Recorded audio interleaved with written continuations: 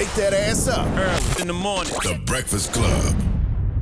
Morning, everybody. It's DJ NV, Charlamagne the Guy. We are the Breakfast Club. Jess Hilarious is here, of course. And we got a special guest in the building. His new album, Sunday Dinner, is available now. Ladies and gentlemen, Nick Grant. Nick Grant. What up, baby? What's up, y'all? Thank you for having me. I appreciate it. Apologies, man. Please forgive me for sleeping on Sunday dinner. Nah, it's all good. It's I all good. You got to it. I just got to it, man. Yeah. I really just got to it. One of the best rap albums of the year. Oh, man. I got thank it. you I for got that. it right under Killer Mike by just a hair. By just a hair by Killer Mike Michael. Nick's like, all right, man. I respect it. Yeah. But, you know, I feel like this is the best album of the year. You think it's the best rap album of the year? For sure. Yeah. Why do you feel that way? It's my story. Other than because it's you. Just lyrically, I think I'm like above a lot of people. I just don't get that credit just because, you know, I don't have certain backing. I don't have certain things that, you know, or I might just be a threat to a lot of different MCs. You say that on the album? Yeah, for sure. So yeah, that's just what I feel. Explain the title. I'm not favorited. Sunday Dinner is just basically me just growing up in my grandmother's crib. My mom and father had like addiction issues, and you know, in they periods of like breaking up and trying to figure it out, I would go back to my grandmother's house. You know, she was a little older raising me, but it was like, yo, all right, I got 3 rules: school, church, Sunday dinner, you know, and I'm just picking up all of these different personalities that I want to become and don't want to become. And essentially everybody becomes, you know, an experience on the album. So, yeah. Now, when you talk about rap and you talk about the way that you rap, you don't really hear that nowadays, right? Sure. Does that bother you, deter you from you spitting? Because, you know, growing up, I'm sure there was so many. You could go from Nas to Jay, you can go from Talib to Mos Def, you can go to Kanye. There was so many people that were doing lyricism. You don't really hear that much. I used to be pissed off about it, but I feel like my purpose and my story is just a little different. You know, I feel like I'm meant to be in this era just because it's lacking in this time, and that's my job to kind of carry on tradition in a way. I used to be upset about it, but it doesn't bother me anymore. I disagree with that point, though. Go ahead, Jen. No, in my opinion, you have soundtrack music. Like, I'm talking about, wow. I like that because I listen to it and I'm like, okay, I hear Belly, State Property, Part 2. I'm like, okay, nah, he really is spitting. Like, ain't nobody else, you know, out here like really getting I don't know deep how to like say that. that. Do niggas put like I like that. the secondhand music on the soundtrack? What? When they- Secondhand music? No. Like when they make the soundtrack, do they be like, yo, I'm gonna say this shit for the album? Man. See, now I was gonna be like, all right, you know what? Because we ain't got good movies like that no sure. more. Got so you, I'm like, got all you, right, got so you, we got need. you. That took me back to like Belly. I ain't say Belly got you, I 2 got- because that was trash. But I'm saying, you know, the first Belly. All right, then the State Property. All right, you know what I mean? Minister Society. sure. It takes me back to good Yeah. movies like that. For sure. You know? Nah, I'm with you. Yeah. I'm with you. I disagree with what Envy said, though, only because when you look at the last decade or so of hip hop, the top 3 rappers are all lyricists. They Yeah. still all lyricists. You know what I for mean? sure, And that's for sure. Cole, Kendrick, and Drake. And then you still got your Absolutely. Wale's and your Big Sean's. No, I you agree, know, I agree, you've I had your agree. Nipsey's. You know, you had For sure. like all of those people. Rhapsody, Snaps. Like I think all of those people Yeah, are dope. Carolina. You know? Yeah. For sure. So I just think sometimes it's just a matter of time. I agree with that. I couldn't Yeah. agree with that more. Yeah. Have you had your I made it moment yet?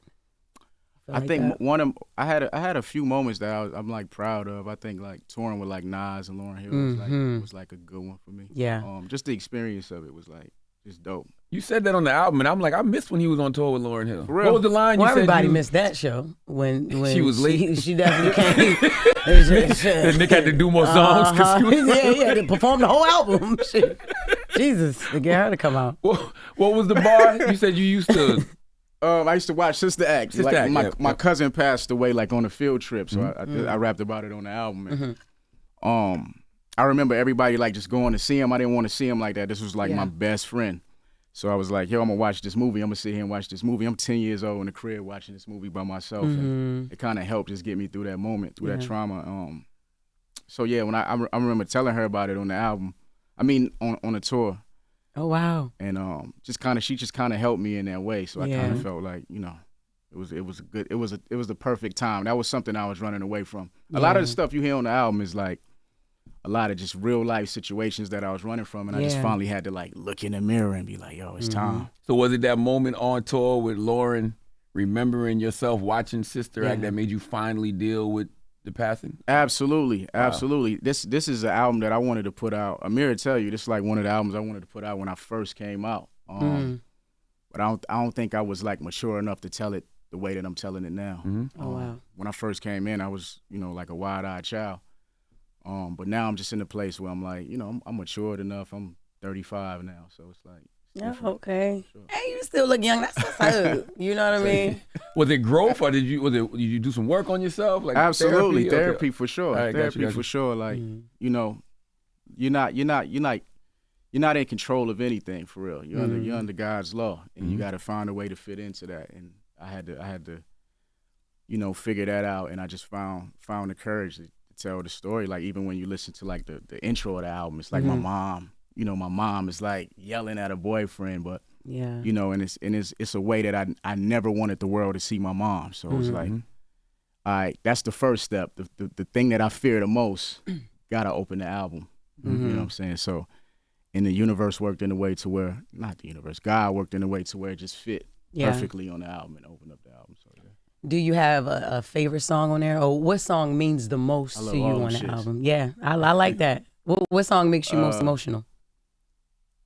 Most emotional. I think it's the intro. The intro. Worrying about a classic? Yeah, worrying about a classic. Like just talking about all of that stuff. And I remember going to like my neighborhood, and I remember Amir pulled up one day and he was like, yo, ain't no windows on these buildings.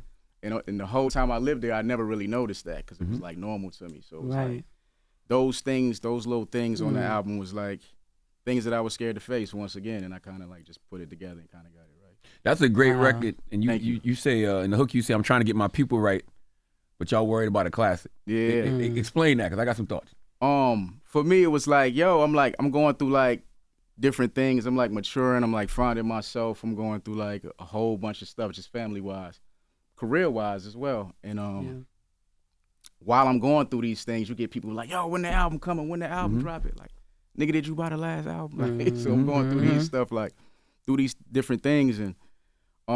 That's what inspired like the hook, and I'm just like seeing people like not to be dark, but I'm just seeing people die young and hearing about people that I saw growing up like leaving us. So that was one of the things that I just wanted to address, and it's like I got like real life issues, and it's crazy because I feel like I made my best body of work, not trying to make my best body of work. Yeah, because I would think getting your people right would be part of you making a classic record. Like if you make a classic record and it takes off, that's more money for sure. So you kind of do got to focus on the album. Absolutely, you do. But I feel like the kind of person I am, the kind of artist I am, you got to live life as well. Absolutely, you got to live life, and because that's what creates. Absolutely. That class. People. I mean, I would imagine I'm not an artist, never been one, but I don't. You're a comedian. Yeah, but I'm saying like in form of music. Like I mean I can spit a little bit of buzz too, but we not gonna get there. All right, wait. Ripping on any beat. It's like nah. But look though, right? No, what I'm saying, I think you would have to live life and go through your just your trying times, your challenges. That's what makes the classic. Nobody goes in the studio like, yo, I'm gonna make a classic today. You don't know until until the people tell you it's a classic. You gotta be moved by the spirit, man. You gotta be moved by something bigger than you, Right. And me, a lot of times, it's all about just carrying the integrity in there. Like I read something like that Quincy Jones said. He's like, yo, when you think about money, while you're creating, God walks out of the room. So, so you gotta keep that first. You gotta keep. The story. The story is the most important. I feel like your story is your superpower. And definitely. I never really felt like that until this album. And I always wonder why, when it comes to music, they want artists to be everything but themselves. Like they'll bring you in the studio and say, you need to make this kind of record and that kind of record, but none of it is what you actually want to make. Yeah. Right. So for sure. What's easier? Is it easier to make those bullshit records, or is it easier to do this? It's easier to do this for me. Okay. This is easier for me. I think the hardest part was facing it, but now that once I got into the groove of it, I won't say it was the easiest thing because the hardest thing was the internal work. But, once I got into like making the album, it became like, yo, this ain't that bad. You know what I'm saying? And naturally kind of just putting the words together, that's like my shit. So it's like, it's perfect. I love the line, it's like these niggas play a game called Who Could Die the Fastest. Yeah. I know it inspired it, but it had to be like a moment that inspired that. Just hearing about this kid that I knew like growing up, like, man, he's just wilding, just outside, you know what I'm saying? Just hearing about that. And living like they have nothing to live for. Like you're gonna get a extra man or some shit. Like it's crazy. Like so, yeah. I felt like I had to start that hook off right. The hook is one of the most important things to me. Now that's something that I learned. So it's like, yeah, I gotta say something that's like, gonna stick to them. Like soul food, Sunday dinner. Let's go to Know Your Worth. Another great record. Is that something you have to tell yourself constantly? Not constantly, but it was something like I felt like I have to like celebrate myself a little more because it's like work, figure out my problems, figure out the problems of the family, figure out all this other shit, and just having so much on my shoulders to where it was like, it's like then I when I wrote it, I was like, yo, it's something about a black man just saying, knowing your worth and celebrating yourself and patting yourself on the back. The smallest thing, because you can still celebrate the smallest thing in your journey. So because women say that often, you don't really hear men say that like we should. For sure. But that's the problem. No, it ain't no little sassy. No, it ain't. You gotta know your worth. Ain't nothing sassy about knowing your worth. There's nothing sassy about it. It's just that women, we like to say it a lot, and sometimes women say it and don't even know their worth. They just shout it because it's something to be said now. But knowing your worth, that's for all human beings. You have to know. For sure. Period. What is a man's worth though? Because most of the time, men, people base our worth on what we can provide. I hate when niggas ask questions like that. So what's really a man's worth? Like, yo, is my worth is my worth, yo? All right, go ahead. It's always wrong. Hey, yo, but what really is a man's worth? Like, yo, I don't know, yo. Which one? Yeah, for sure. I think it's based on like just the person you are, like what you, what you think, what you deem is like, important. Me, I'm all about family. I'm all about, just helping people. My whole mentality is like lift as you climb, meaning like when you get to a certain, you do this shit very well. Both of you guys, like, thank you, brother. But you've been supporting me like since day one. It's like, even just being from Carolina, that shit is hard to make it out of Carolina, bro. So like when you get to a certain place, you help somebody up. And when you might get to a place where you need help, and that person the person that you help can just a cycle. So that's what it's about for me. Is it hard though? Because your family see you and you rapping, and they see you on TV or whatever, and they think that you might have more than what you have. Absolutely. Niggas equate TV with money. Niggas equate videos with money. It's like, I ain't struggling. I'm good, but I'm like I could be in better positions to help you if you just kind of let me. Give me some grace to kind of grow a little more. You know what I'm saying? So, yeah. Do they believe that? Huh? Do they believe Hell that? No, they don't believe that. Hell no. You can get a couple more calls when this interview dropped too. They go, I saw you up there with Charlamagne, little rich ass. And he was asking you your worth and all that. So, how much was that interview worth? You know how that be, yo, for real. For sure. Yeah, pocket watching for sure. Yeah. I want to jump to the record Heaven. Where you get Tweet from? Man, I DM Tweet. I'm like a huge fan of Tweet. Like the whole, I always say like, yo, when I was growing up, if I was signed to anybody, it would have been Missy, Tweet. Just that whole camp. Like, just so innovative, so creative, and man, I just loved her voice. Southern Hummingbird is like a classic to me. So I just DM'd her. She hit me back like, yo, you're incredible. I would love to. So she came by the studio, just black woman. Wow. Real black woman, like, nigga, hurry up and finish the song. One of them, like, I gotta go. Yeah, for sure. Right. So, good energy, special person. I love Tweet. Did you already have the record planned out? Did you know what you wanted to do? I had the beat. Okay. And I wrote the hook, and she came in and sung the hook. Like, I, like, demoed it. But I was, like, stuck. Stuck creating the records. But when she did the hook, my shit just came so naturally. Boom. It was like, man. You can't play with this one. You've been trying to get this feature. Forever. That's what's up. Yep. Okay. So what's the story you're trying to tell on Heaven? What are you trying to convey? The story on Heaven is basically it's still in theme with the album and still aligned with the album.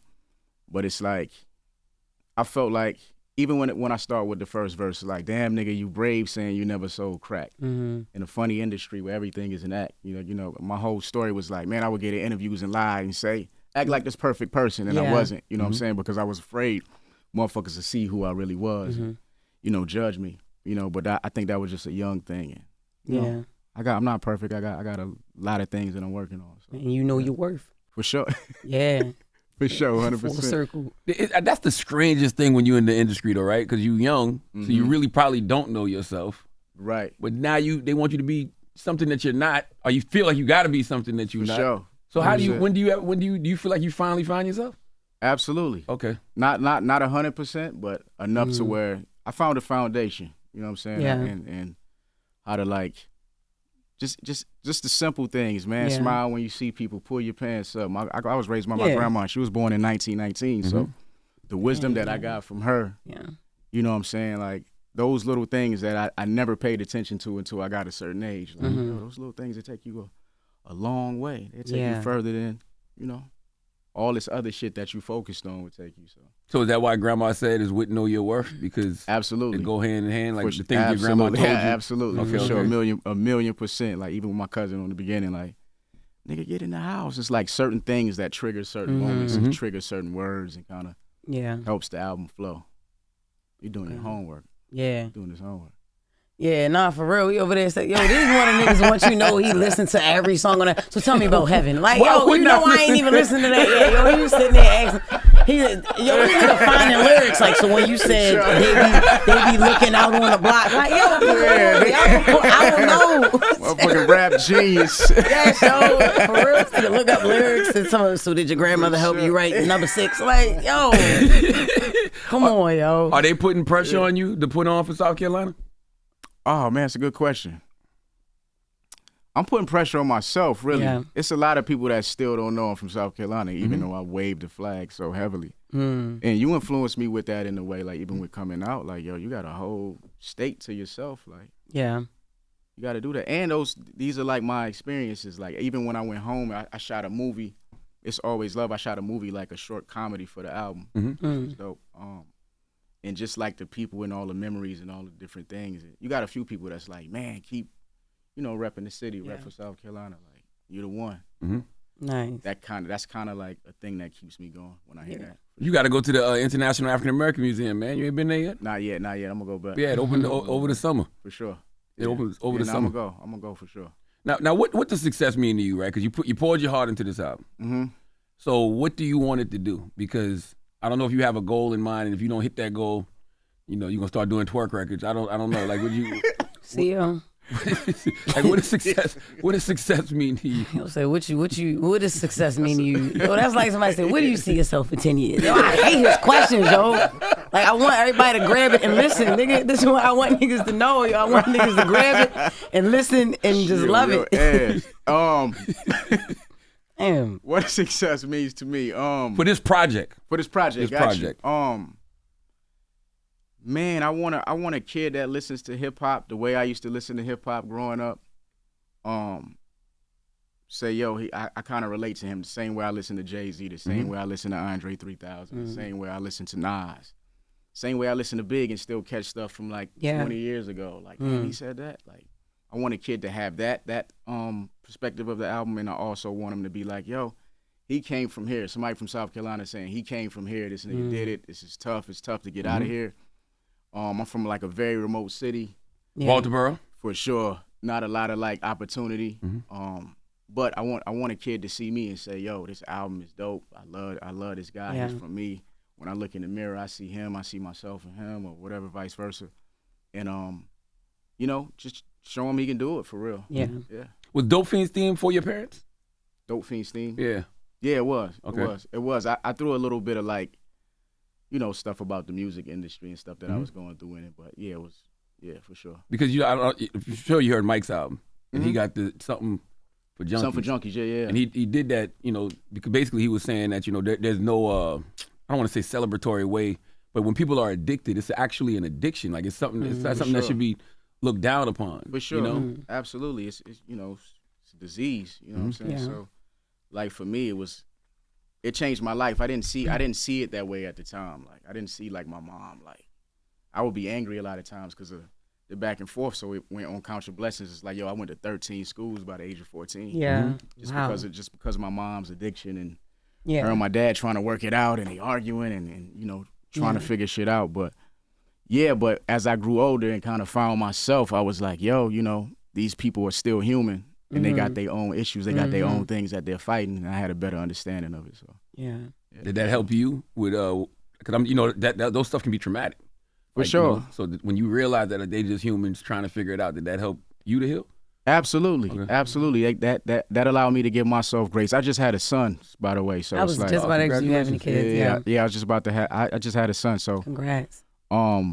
yeah. So I found myself like just correcting a lot of stuff that my parents did. I'm just correcting like, yo, they did this. I don't think that's good because, that's something that was traumatic for me. So yeah. Right. It's like loud talking and cursing around your kid. Just the simplest things, I just looked at and was like, yo, I don't want to be that father or that parent. Right. You don't want to be an 80s parent. Yeah, no. Yeah. I just want to be a good parent. Yeah, I was gonna say we don't want to be a 2000s parent either. Yeah, for shit, sure. the way this shit's going, but you can control that. So For sure.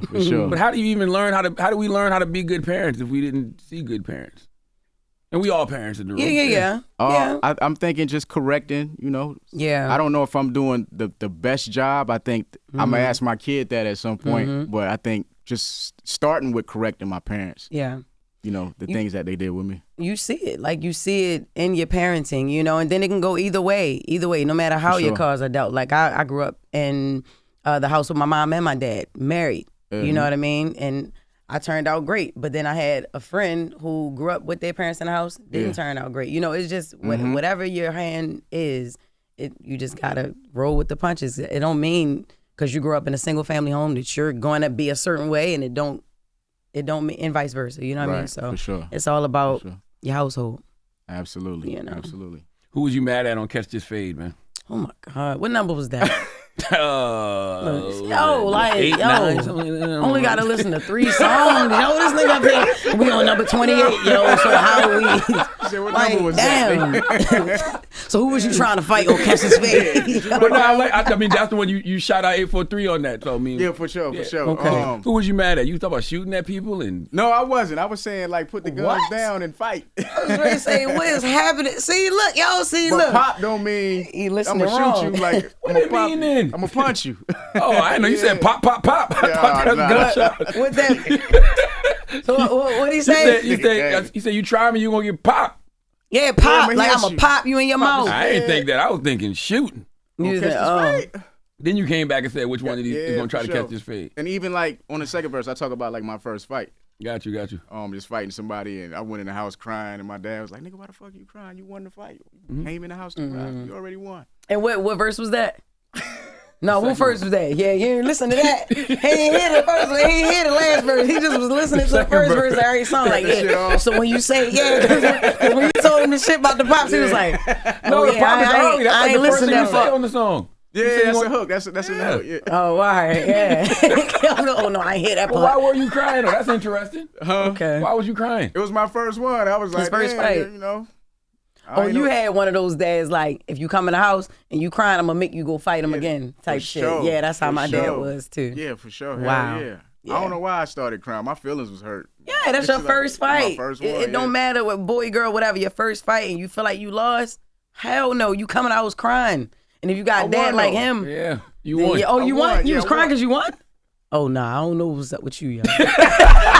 What's up with you, yo? Damn, you was crying because you beat him What up. I'm saying? You ain't want to hurt him. You was saying, no, if you'd have lost, you wouldn't have been crying. Yeah. Do you still cry when you get angry? No. Okay, I okay. think that was a childhood phase. Yeah. for That was sure. like a once in a lifetime Yeah, thing. for Yeah. sure. Talk Not about- once in a lifetime. You know, when I was young, I would cry. Every Yeah. time you got into a fight? Not every time. Okay. Like, if they said the wrong shit or some shit where it was like it hurt my feelings, Yeah. for sure.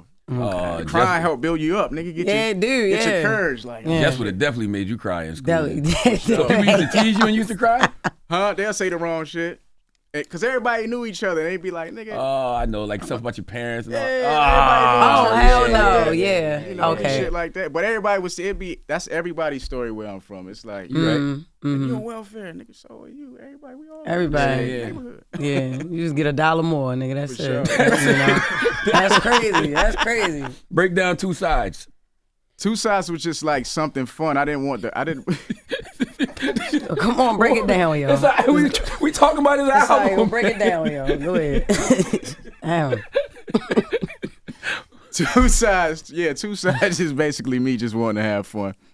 And like just looking at the industry, man, I be frustrated because I feel like the certain niggas shit is the lift as you climb mentality, man. Just help certain niggas, and I be feeling like people say certain things to you in this business and none of them come true. I also feel like having integrity makes you a troublemaker, you know. So I just wanted, I just in anything that I've ever done, like, you know, if I'm willing to stand on something, it always hurt me sometimes. So. Dang. Yeah. I could definitely relate to that. You're definitely right. When you, they don't like to see No, somebody you just confident. a troublemaker. All right. You just a troublemaker, Jess. All right, yo.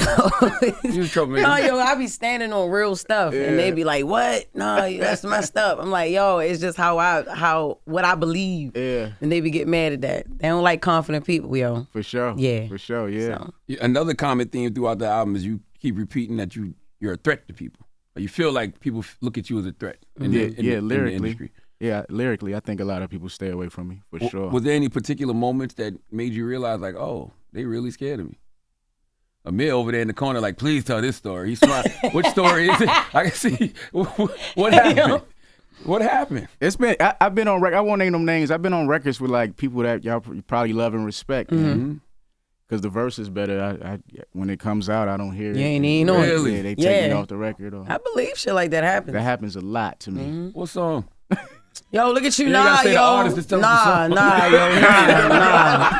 Don't even worry about it, Nick. It's been a lot of stuff. Yeah. Did you have a conversation with the artist after that? Like, why y'all took me off? Nah, I was just like, yeah, I ain't. You know, we ain't built to like. You know, Yeah, I would have never did that. I would have been like, yo, nigga, you killed me. You gotta write something else. Yeah. See, they You know, wanted I you to wouldn't- come I on that wouldn't even did motherfucker. that. They wanted you to be Nick Cannon. You like, nah, nigga, I'm Nick Grant. But I really spit. I don't be coming here playing with y'all niggas. I don't be wilding out on y'all shit. I'm dead ass. Jeez, crazy. All right, cool. Wasn't you with TDE at one point? It felt like it was a TDE Nick Grant thing happening at one point. Yeah, it was. I was working with Punch on some stuff. Just creative differences. He had a group, and I just felt like that wasn't the direction I was going. Yeah. And I had to get this story out. So yeah. Oh, they wanted you to be in a group. Yeah, we did. I actually did a group project with him. Yeah. A rap group? I ain't hear that one. Yeah. It came out? Came out. I don't remember that at all. Yeah, I don't want to promote it because I ain't over there no more. But yeah. Yeah. Who was it? It was you punching some other people in the group? Yeah, some other people. Yeah. Who else? Yo, I don't he remember not this over at there no all. more, yo. He don't know the other niggas. He just Like, when did this happen? this nigga's crazy. He was like, who else? I mean, I know you just said you don't want to talk about it, but who else? For sure. Yeah, just That's creative it. differences. It's just creative Yeah. differences though. Yeah. Yeah, but yeah, got a lot of respect for Punch for sure. A lot of what's that stuff, but do you think stuff like that is one of the reasons that Nick Grant isn't in the conversations that he probably needs to be? Because people take you off of records that probably would have been great looks for you. Absolutely, 100,000,000% for sure, for sure. I be feeling like, yo, only person that kind of like ran to it and like respected it was Kendrick. He was like, yo, you're one of my favorite rappers. This project is crazy. That's dope. You know, when we do our record, I'm not gonna hold no punches. Yeah. I'm like, yo, and we talk like that, like just as rappers, like, yo, this is gonna be the fight of your life. You know, fucking with me, it's gonna be one of them ones. But yeah, he was the only one like in the music business that's probably that ran to it. So why not reach out to really somebody dope. like him? Him and Dave got their situation now. Like, Yeah, with a camera. Yeah. Yeah, That's your here's situation. the time. yeah. For Well, sure. how about you reach out for him then? How about you help him out? I Shit. don't know. I know Dave. I mean, I know Kendrick, but I don't talk sure. to Kendrick. I love Kendrick, but you know, I Yeah. don't have a relationship with him like that. Dave, I talk to Dave. Yeah. Dope. All right, that's what's up. So see what you can do.